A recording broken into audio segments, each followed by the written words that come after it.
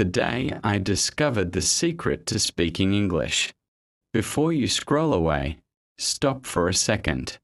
Because what you're about to hear is not just another English learning tip. It's a real story, a story that changed my life forever. And if you let it, it might change yours too. I wasn't born speaking English.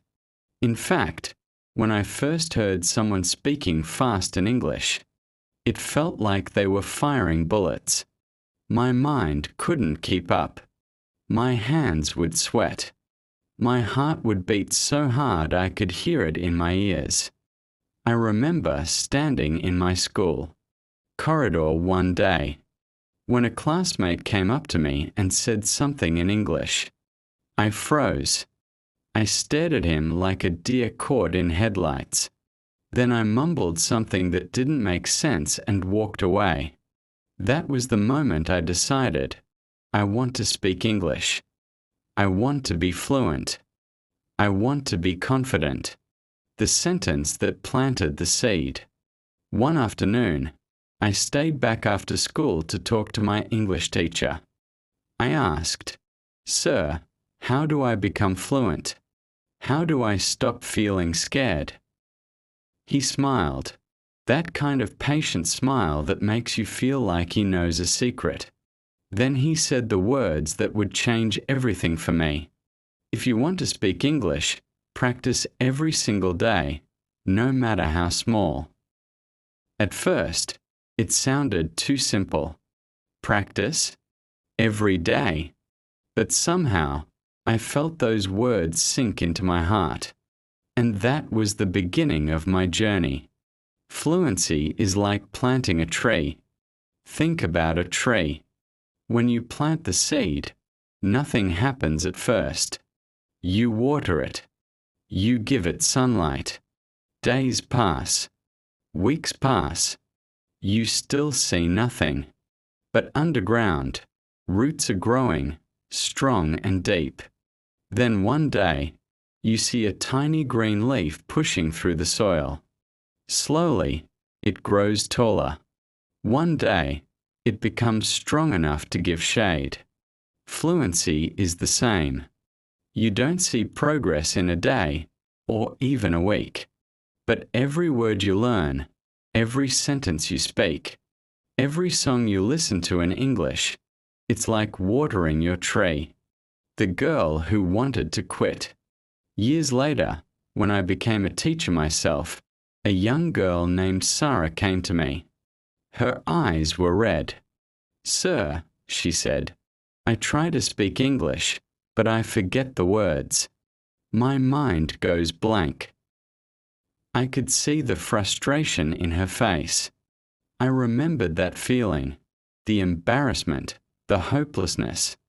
I told her, "Sarah, fluency is not about remembering every single word.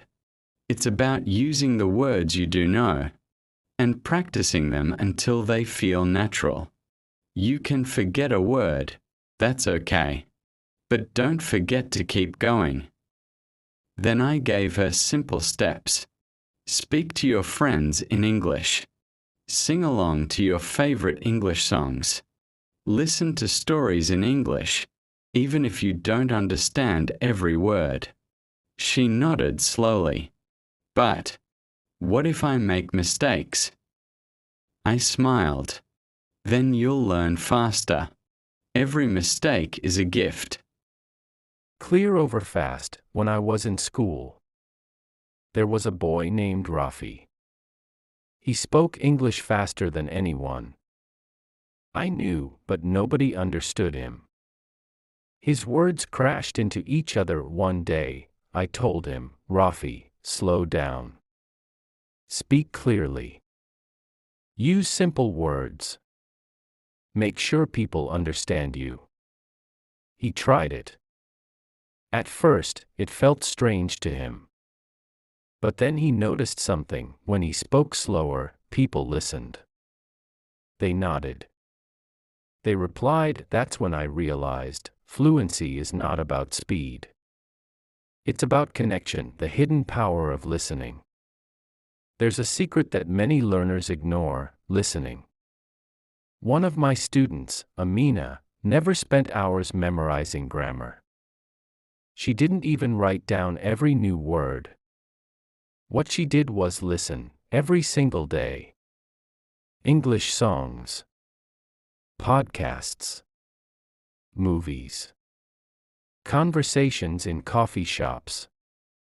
At first, she was just listening. Then she began humming along to songs. Soon, she was singing them. And then, without even noticing, she was speaking with confidence, the fear of mistakes.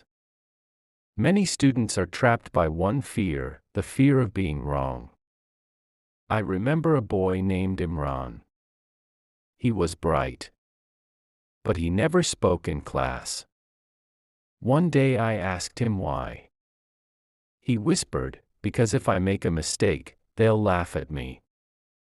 I leaned forward and told him, "Imran, the day you make mistakes is the day you start improving.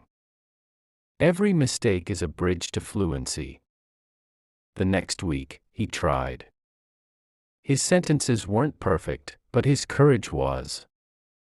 That was his real first step toward fluency. Thinking in English. For years, I made one huge mistake.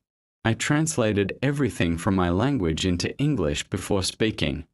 It slowed me down and made me sound robotic.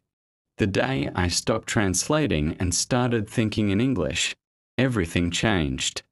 I told my students, even when you're alone, brushing your teeth, walking to school, cooking dinner, talk to yourself in English.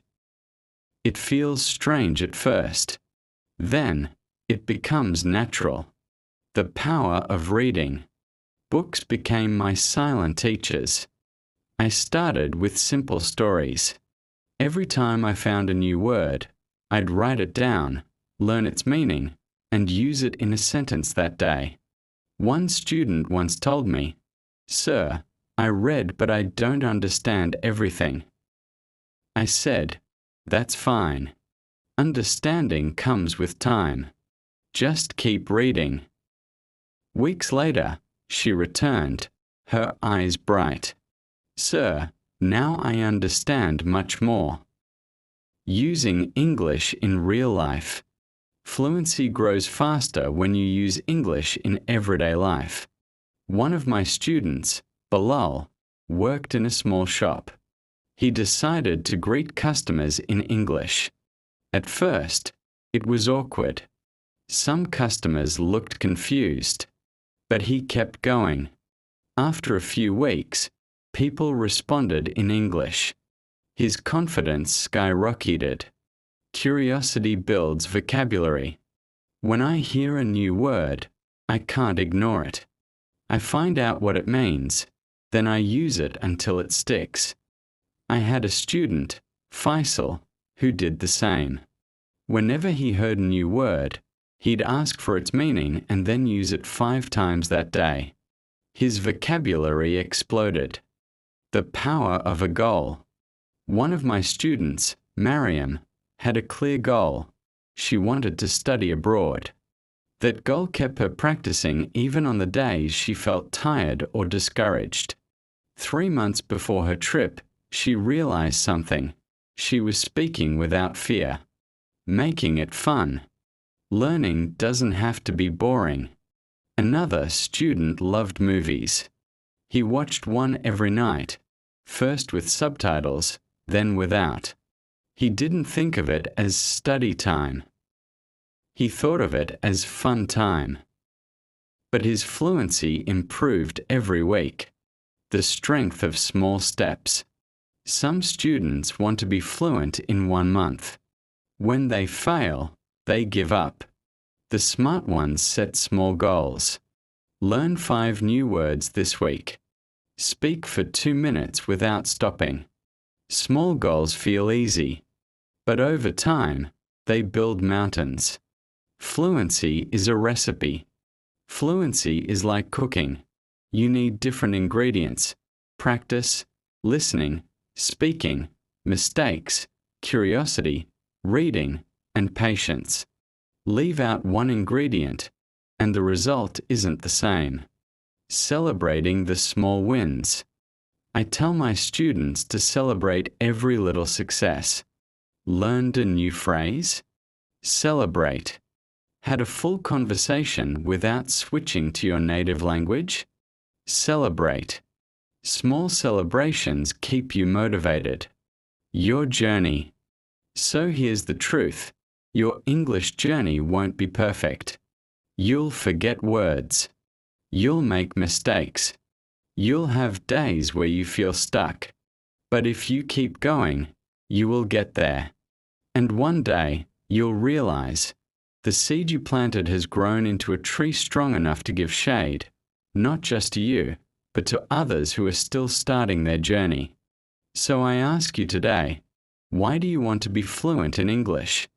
Because when your why is strong enough, no obstacle can stop you.